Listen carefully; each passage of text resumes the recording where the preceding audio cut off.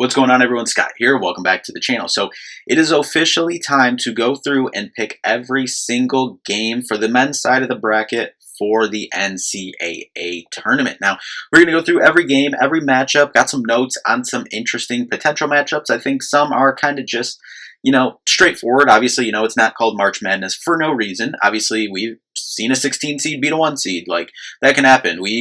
As Michigan State people here, we've been a part of a 15 over a 2 seed. So we've seen it all. I expect it all. There's going to be upsets and whatnot. And I guarantee this bracket will probably be completely busted by about mid-afternoon on Thursday. But that's just how the thing goes. Still love doing it every year. But, we gave our initial reactions here on the channel. Posted Monday morning, but, Sunday right after the, Selection Sunday show. Gave our initial thoughts. A few things have kind of changed for me since then. My Final Four from then is pretty similar, I'd say, but some few things definitely changed, and some big news, like out of one specific team, and we'll just say a Midwest region team that I had making a little bit of a run. That has now completely flipped with some news here on recording this on Monday, but. Some things have definitely changed in terms of that aspect of things. Still don't know about some injuries for some teams, specifically in the East region, which we're going to start things out with here just in a second. But, a lot to look forward to, a lot of potential, really intriguing matchups. Really, there's some good games, obviously, in round one, and that's, exciting. That Thursday, Friday, beginning March Madness is always insane. But, this weekend, too. There's some potential for some insane matchups. Just looking at some potential ones, you have a potential 5 versus 4 in St. John's and Kansas, Bill Self versus Rick Pitino. You have a potential for Wisconsin versus Arkansas, which dive a little bit more into there, but if those teams were in different regions, I'd have them both making a second weekend. Unfortunately, only one of them could make a second weekend. But yeah, you have a potential for Vanderbilt, Nebraska, potentially there. We'll see. Those are some popular upset picks as well. But anyway, a lot to like about this tournament and future, Elite Eight, Final Four, national championship matchups. A lot of cool, fun storylines as well. But we're going to dive right in, go through each region, give our picks for every single game, talk about our Final Four, and crown our national champion. But before we do jump in, if you could, just hit that like and subscribe button down there. We'll have more NCAA March Madness tournament content on the channel throughout the duration of the tournament. And throughout this, after the first round, we'll kind of check back in going into the round of 32 as well. Obviously, check back in then once we get into second weekend as well, but just make sure to subscribe so you don't miss a video. So we'll just start up in the East region with the number 1 seed, overall seed, should I say, the Duke Blue Devils versus the number 16 seed, Siena. Don't think there's, much chance of an upset here. Duke, maybe hopefully getting a little healthy for them in this one, but I expect them to win handily in that one. Ohio State, TCU, interesting matchup. Ohio State, Bruce Thornton, finally in the NCAA tournament. TCU has played some teams close. Most notably, you look at the beginning of the season, talking about that school down the road. They played them pretty tough beginning of the year. Get that was the beginning of the year. It was a road game for them. TCU had them at home, but I'm going to ride with Bruce Thornton. I trust that he can get a game in this tournament, finally having a chance to play in this tournament.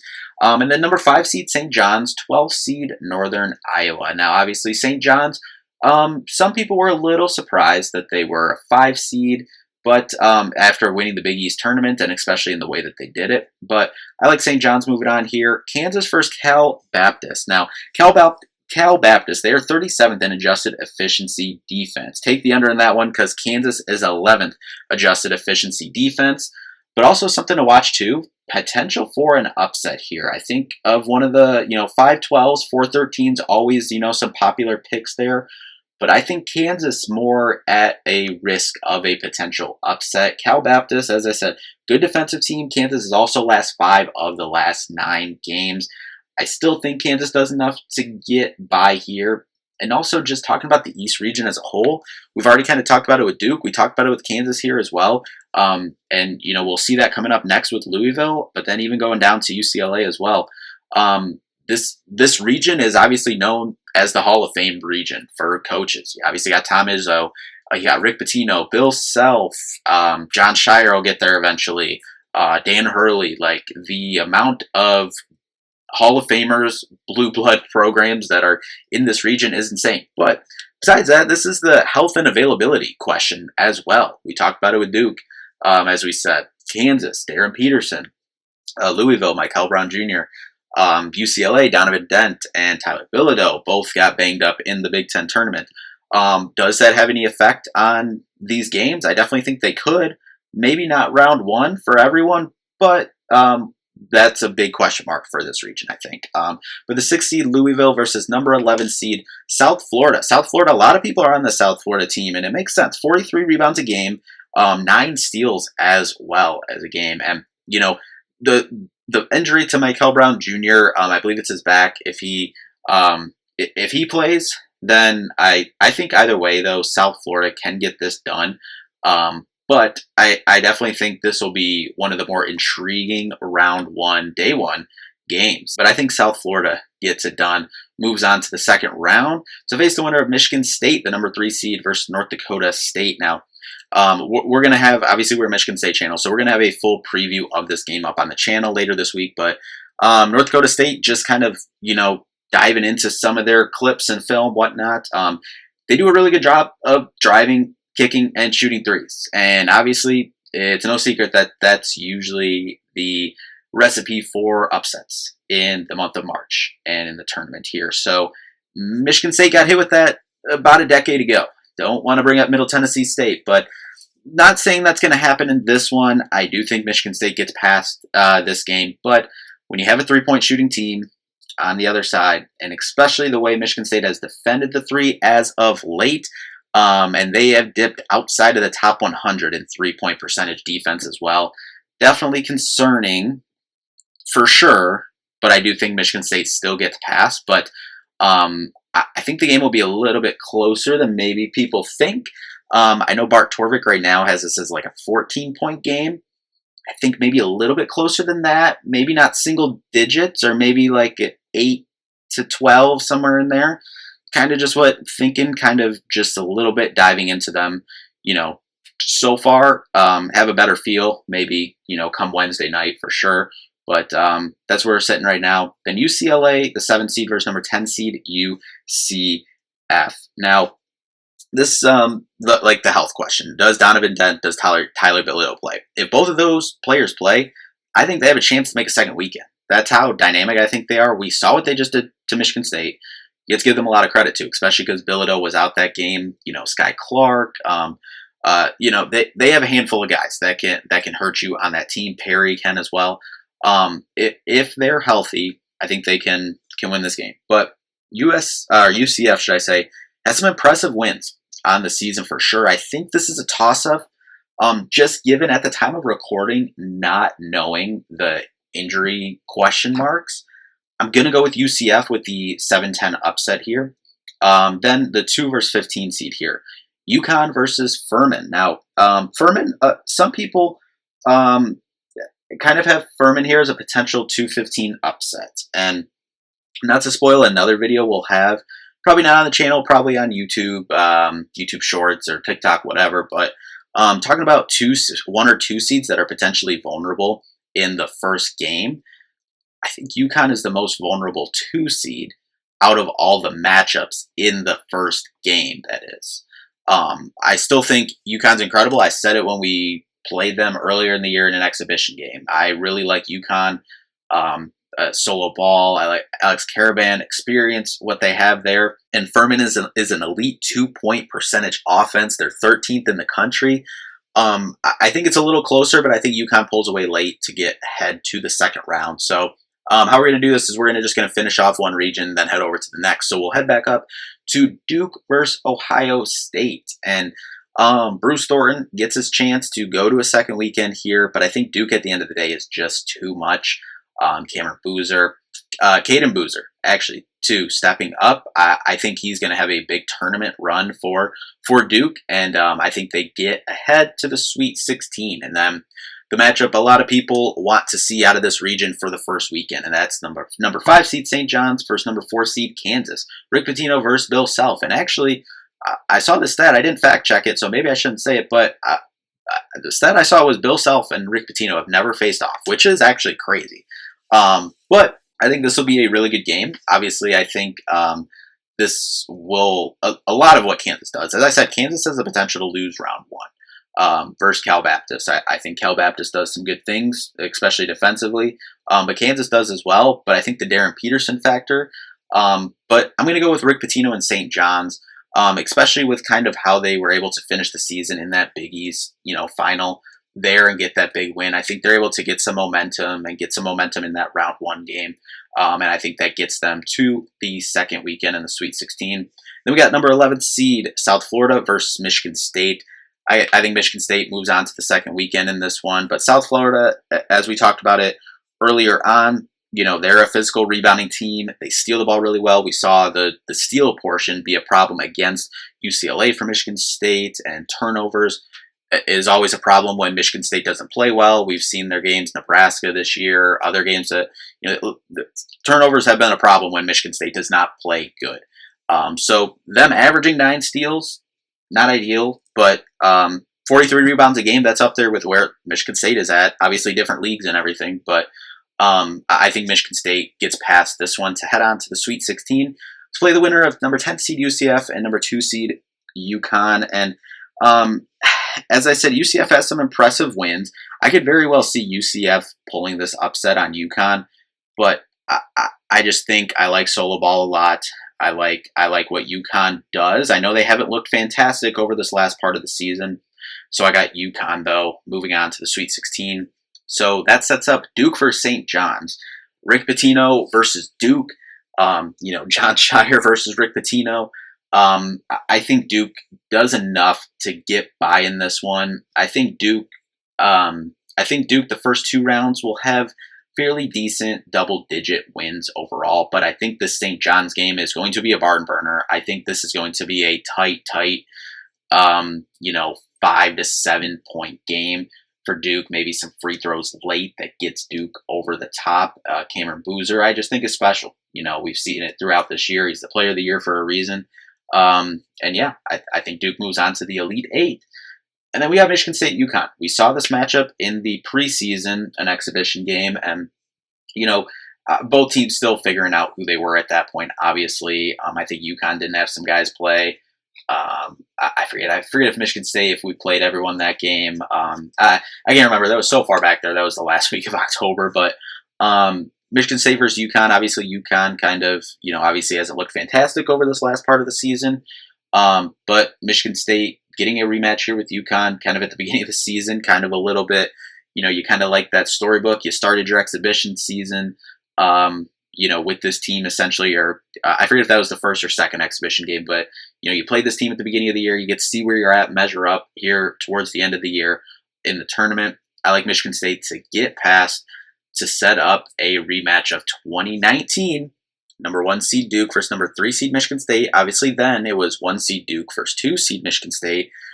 But I say a rematch. They've played in the tournament since then. They've played since then. That this was a matchup back in East Lansing in the Breslin Center back in the beginning of December, and Duke won that game.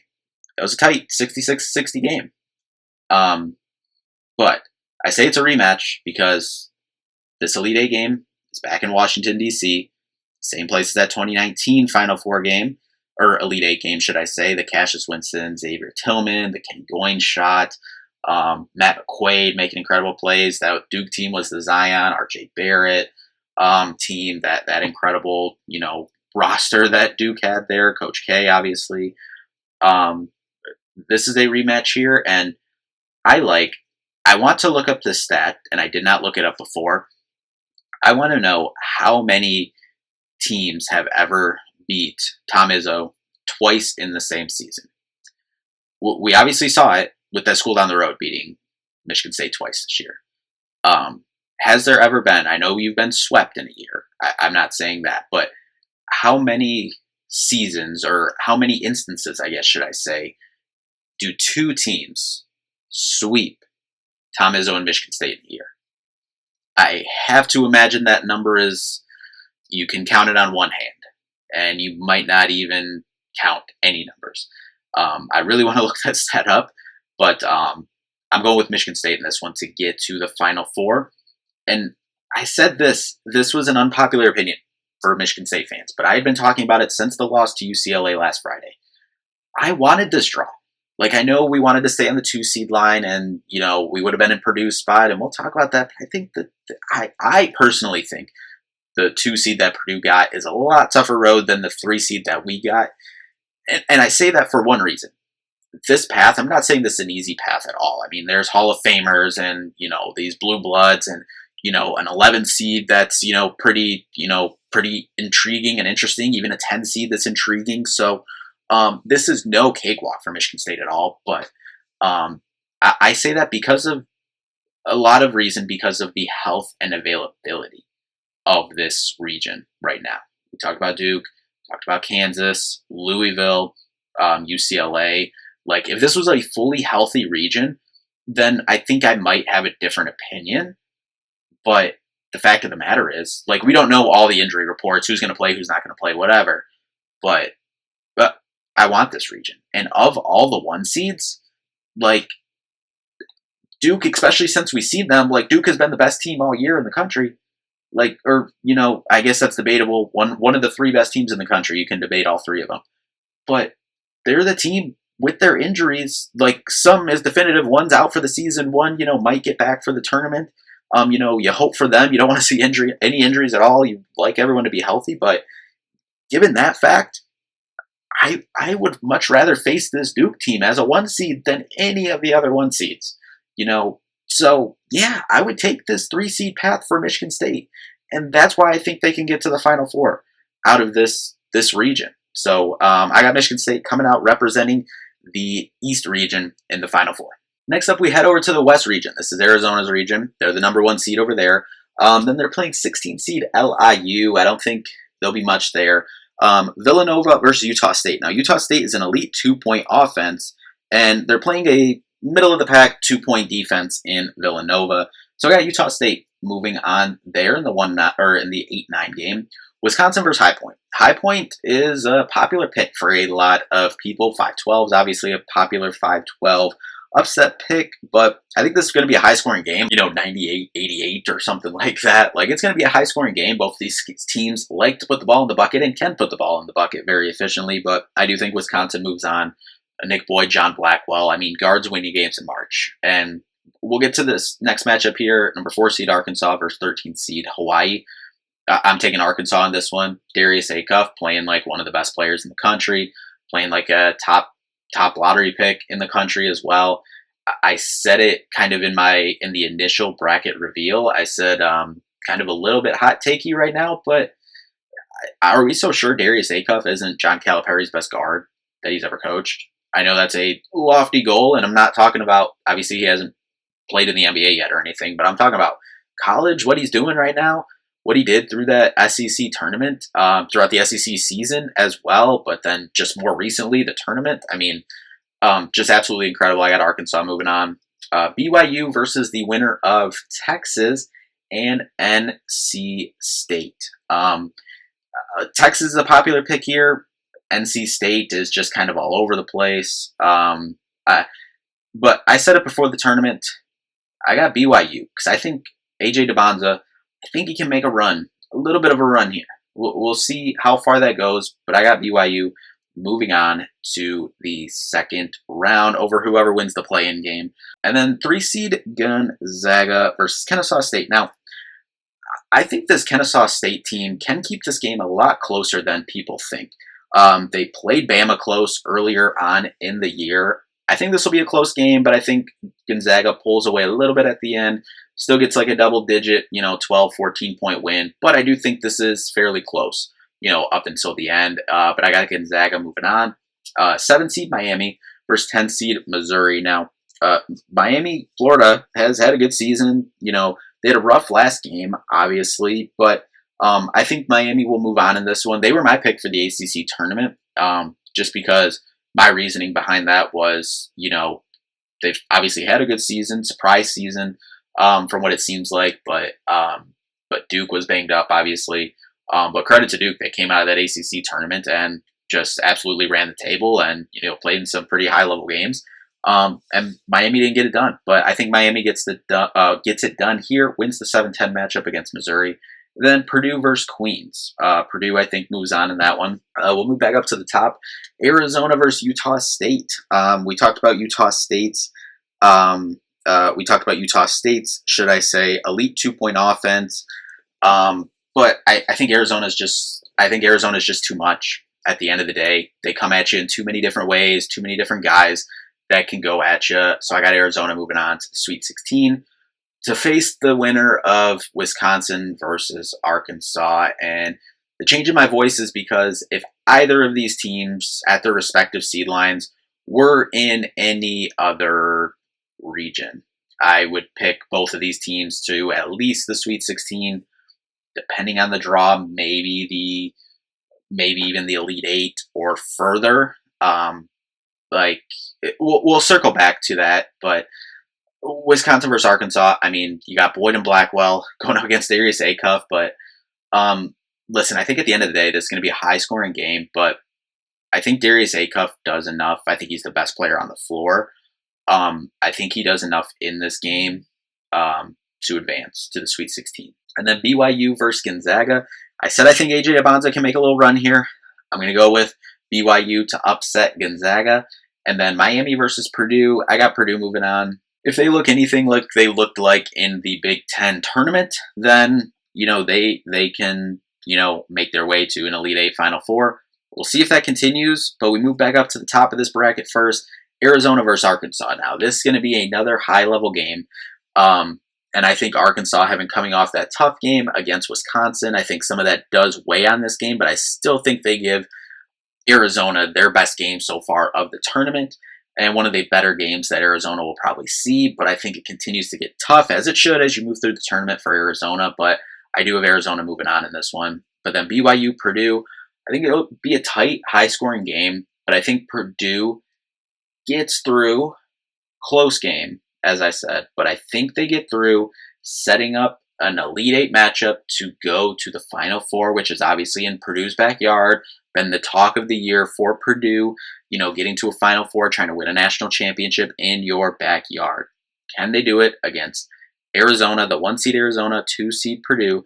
Arizona, in my opinion, has been the best team in college basketball all year. They've been the most consistent. They had that little slip up like a month or so ago where they lost 2 games, but overall, they just keep coming at you and can come at you in so many different ways. I do think that Arizona is coming off of a tougher game against Arkansas than Purdue will against BYU. I think Purdue and BYU will be a good game, high-scoring game, but I think Arizona-Arkansas is going to be a tough game.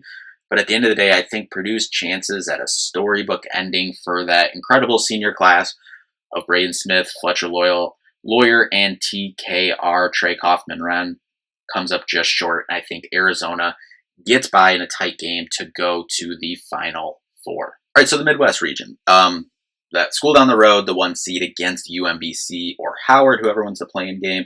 Would love to see UMBC pull it off here, but I think that school down the road moves on. Georgia versus St. Louis. Now, this is a very interesting one because St. Louis, they're 3rd in the country in effective field goal percentage, and they're 2nd in the country in 3-point percentage. Georgia is not that solid on defense. They rank 92nd in the country. I got St. Louis and Robbie Avila moving on to the second round. Texas Tech, the 5 seed versus 12 seed Akron. Now, Akron, they're top 15 in 2-point percentage and 3-point percentage on the year. Christian Anderson should play for Texas Tech. Obviously, they've had some injuries as well, or a major injury to JT Toppin out for the rest of the year. But it seems like Christian Anderson's going to play. Now, we haven't picked any 5 versus 12s yet. Seems like there's always a 5 versus 12 in the tournament. I think this is the 5 versus 12, and I think Akron moves on to the second round to play the winner of Alabama and Hofstra. And yeah, this was this was the team that I mentioned at the top of the video here, Alabama. I had Alabama making a little run here. Originally, I think I had them going to the Elite Eight, playing for a chance to get to a Final Four. I had them coming out of this top quadrant here. That is out the window now, given that their second leading scorer in Aiden Holloway was arrested on Monday morning. and removed from the school, or I don't know all the logistics. I'm not going to talk about, the logistics. I don't know anything. That's just what's out there right now being reported. Doesn't seem like he's going to be playing in this tournament. So immediately my mind flips. Do they just get upset round one against Hofstra? You look at Hofstra, solid defensive team. They shoot it well from three. And I'm going to go for a little bit of craziness here. I'm going to go for the 13 seed Hofstra to upset Alabama. I think Alabama's had a lot of distractions all year. And I think another distraction thrown on you in game week in March Madness leading up to your first round game, not going to help the fact of the matter. So I got Hofstra moving on, setting up a 12 versus 13 second round matchup. All right, so Tennessee versus, I think, Miami of Ohio versus SMU. I think Miami of Ohio wins. Elite 2-point percentage team in Miami of Ohio. They're top 25 in 3-point percentage. The Rick Barnes in March. Like Rick Barnes a lot, but Rick Barnes in March is a thing. Does he get it done in this one? I think Miami of Ohio gets it done. And I'm picking the 11, 12, and 13 seed to all win in this region. I said it when the bracket first came out. I think this Midwest region is absolute chaos. And clearly, you were seeing that in the picks here. Is it likely that the 11, 12, and 13 seed in this region all move on to the second round? No. But we're going to roll with it here. Miami of Ohio upsets number 6 seed Tennessee, moves on to the second round. The number 3 seed Virginia versus Wright State. I think Virginia moves on there. Then number 17, Kentucky versus Santa Clara. Now this one I can go either way. I really want to pick Santa Clara in this one. Really just a toss-up game. I'll probably change this one 8 or so times before everything locks Thursday morning. Right now, I think Kentucky barely gets a win. I think this spread's literally like 1 in this game for a reason. I really think it truly is a toss-up. So I'm going with Kentucky in this one. To move on to the second round. Then number 2 seed Iowa State versus 15 seed Tennessee State. I think Iowa State moves on, head back up to the top of the region here. The number 1 seed, that school down the road versus St. Louis. Now, St. Louis, we talked about them. Third in adjusted efficiency, field goal percentage, and second in 3-point percentage. And what is cause of upsets in March? 3-point shooting. I'm going to go with St. Louis to get it done and upset the number 1 seed in the region here to go to the Sweet 16. And then the craziness of number 12 seed Akron versus 13th seed Hofstra. I think Akron gets it done in this one. Really good shooting team, as we said. Top 15 in both 2-point and 3-point percentage. I got Akron moving on. And then Miami of Ohio versus Virginia. I think Virginia moves on. Iowa State versus Kentucky. Iowa State I got moving on there. Back up at the top, the 9 versus 12. St. Louis versus Akron. I think St. Louis, Robbie Avila keeps the thing rolling to the Elite 8 to set up a matchup with either Virginia or Iowa State. Iowa State, they kind of limped to the finish line a little bit here, went through a little bit of struggle through the last month of the season, but I do think at the end of the day, they have enough to get it done to get to the Elite 8 here and set up the matchup, 9 seed St. Louis versus number 2 seed Iowa State. Yeah, I think Iowa State gets out of this one. I think the Cinderella 9 seed St. Louis Robbie Avila run ends there, just short of the Final Four, but really good run from St. Louis there, and I think Iowa State gets to the Final Four. So then that'll bring us to the South region, Florida's region here, and number 1 seed Florida will play the winner of Prairie View A&M and Lehigh. Got Florida winning that one. 8 seed Clemson versus 9 seed Iowa. Two really, really, really slow teams here. A game in the 50s, maybe low 60s, but believe a little more in Bennett starts in Iowa here to get it done. I got Iowa moving on. Vanderbilt, the 5 seed versus 12 seed McNeese. A lot of people are on McNeese in this one, but Vanderbilt, they've been incredible this season. For the most part, I think they're 10th in Bart Torvik right now. In the SEC tournament, they just ran into Darius Acuff, who is playing like one of the best players in the country. I got Vanderbilt winning this first round matchup. Another note about McNeese, maybe a reason why people are on them is McNeese can turn you over quite a bit, but Vandy doesn't turn the ball over that much. So that's why another reason why I have Vanderbilt moving on. But we'll move ahead to Nebraska versus Troy, the 4-13 matchup. I think the Nebraska defense is too much. I know Troy is also another pick here people are looking at, but I think Nebraska defense is too much, and I think they move on. 6 seed North Carolina versus 11 seed VCU. I think this is probably the most popular 6 versus 11 pick right now for people picking VCU, but VCU could get hot from 3. I don't see it in this one. I know North Carolina, obviously without Caleb Wilson, but I still got North Carolina to at least win one game and get to the second round. Then we have 3 seed Illinois versus 14th seed Penn. We have Brad Underwood versus Fran McCaffrey. Good old Big Ten matchup, coaching matchup there. But I got Illinois moving on. I think they're too good when they're on. Can they defend enough? I don't think that'll matter here. Maybe a little bit down the road, but in this game, I think they have enough to get by.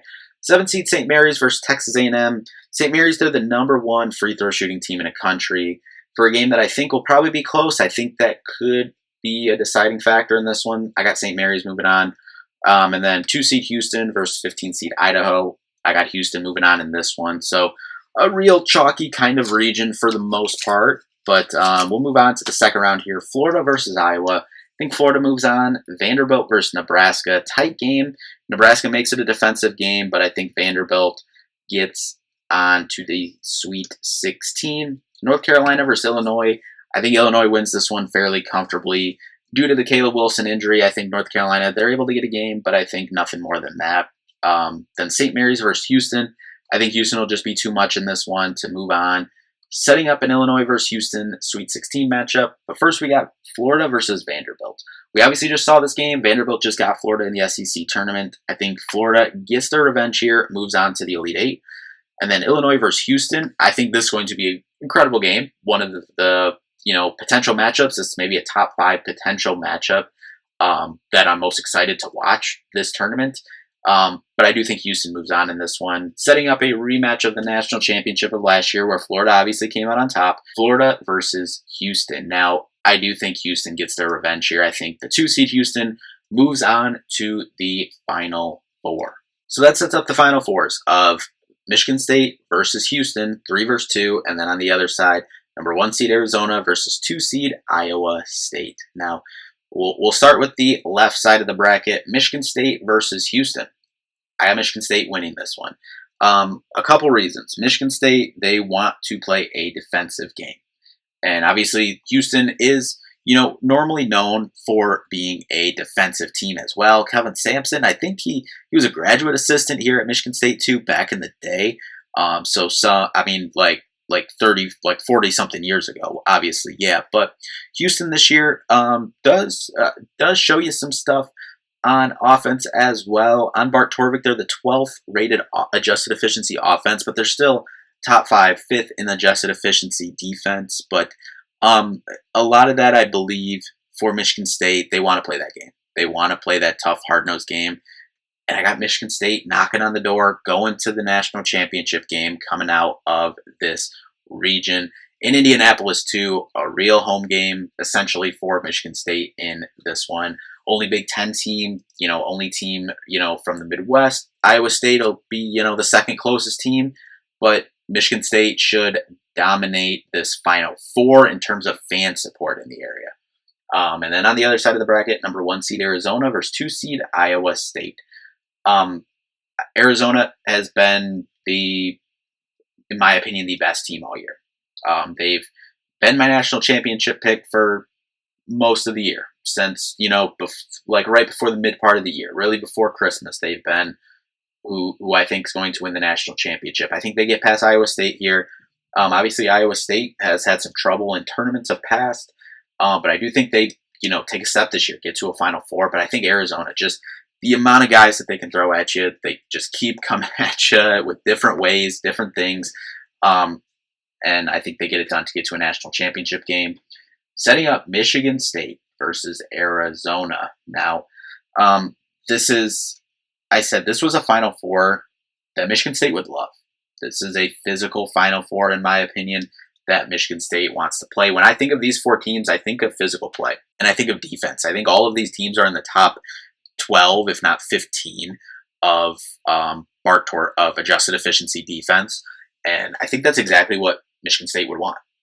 So I think this is going to be a defensive Final Four overall. for this Michigan State-Arizona matchup. Arizona comes at you in a lot of ways, and Michigan State guarding guards and wings is something definitely that they are going to have to improve on. They have not been fantastic at, 3-point shooting over the last couple weeks going into the tournament. And we saw what Donovan Dent did to us in that Big Ten tournament game, and some other cases as well. Look at Rutgers, what they were able to do shooting the ball from three. So that's definitely a concern. But I think this Michigan State defense, I think we're in one and done time here now. We saw it in the Big Ten tournament, but they want this defensive battle. And getting back to a Final Four, first time since 2019, knocking on the door. And I think these seniors that went to that Elite Eight game last year against Auburn, they get back to a Final Four this time. And I think they deliver the first national championship for the Big Ten since Tom Izzo himself did it back in 2000. I think Michigan State cuts down the nets in Indy and wins the national championship. Now, before you go all crazy and say this is a homer pick, I feel like I kind of explained my reasoning why. And I'm going to say this just as Tom Izzo said to start his Monday press conference. I see a path. Clearly, I just laid out the path for Michigan State to potentially win a national championship here. I can talk you into Michigan State could very well get upset in this 3-14 matchup in the first round. Very well know that. It's faced Duke, who has been a top 3 team all year long, a team that's already beat Michigan State as well. Are some of these other teams more talented? Is Arizona more talented than Michigan State currently? Yeah, they are. There's no denying that. But I feel like I laid out the path, the reasonings for Michigan State getting here to the Final Four with a chance to cut down the nets. That's my reasoning. You can call it a homer pick. I guess maybe you can say maybe it is, but I feel like it's solid, valid reasons why this can happen. So that's my Final Four. That's my national championship pick. As I said, get worked up about it, but this bracket will probably be busted by mid-afternoon on Thursday. That's just how it usually goes. If we can get a solid bracket going into midday Friday, I think we might be cooking a little bit. But anyway, yeah, this is always fun every year. I always look forward to it. We'll be back with more March Madness videos throughout. We're going to have some more short form content on the channel as well, kind of daily, a little bit easier to do daily, like short form content, feel like easier to consume. We did that a little bit last year with picks for each day. We'll probably do something similar to that too. But I do have some, questions that I want to go through for this bracket as well. Most likely team from each seed line to make a Final Four. We already talked about, what 1 or 2 seed could potentially lose in the first game as well. So more stuff like that coming up. But we will also have a full preview of the women's side of the bracket as well coming up on the channel later this week. And then we'll have a preview for the Michigan State versus North Dakota State game coming up this week as well. So anyway, that'll do it for this one. Thank you all so much for watching. We'll see you in the next one. Peace out.